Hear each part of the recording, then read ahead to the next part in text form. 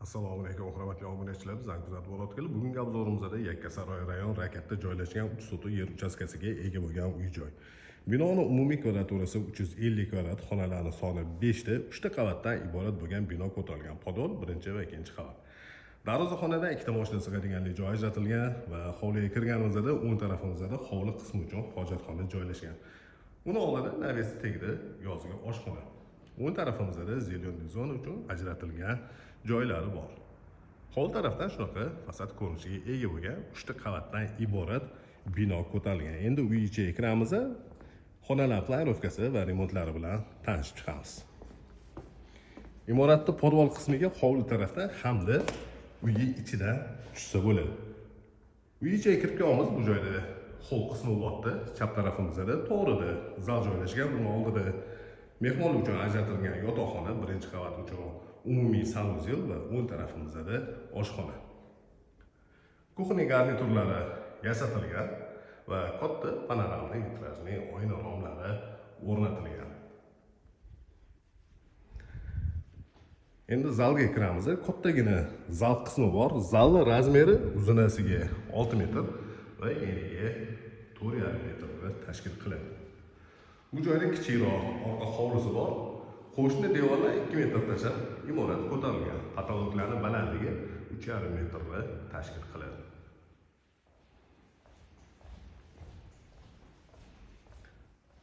Bu joyda 1-qavat uchun umumiy sanuzel joylashgan. Mehmonlar uchun ajratilgan yotoqxona. Yotoqxonaning razmeri uzunasiga 5 metr va eniga 3,5 metr. Bu joyda stroyli shkaflar bor, o'zi yasatilgan tayyor holatda va shu xonaga tegishli bo'lgan sanuzel joylashgan.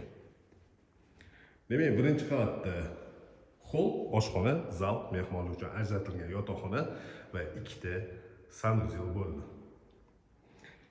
Zinalar tagiga datchik rejeni qo'yilgan.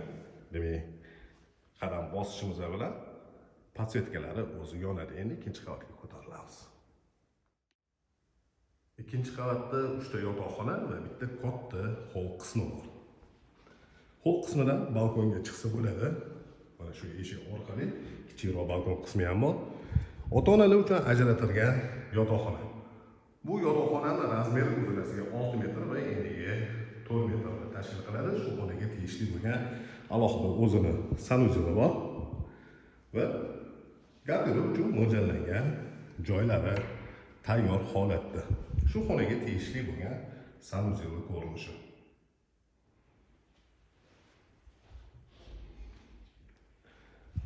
Bu joyda ham mebellar yasatilgan, mana shunaqa tayyor holatda turibdi.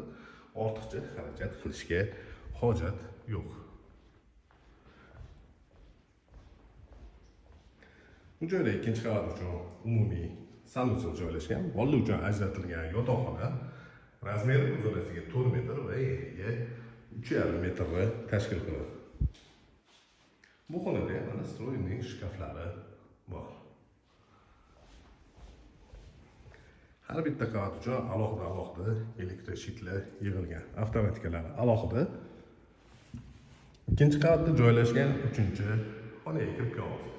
Bu xonani 2-qavat uchun zal sifatida foydalansanglar ham bo'ladi.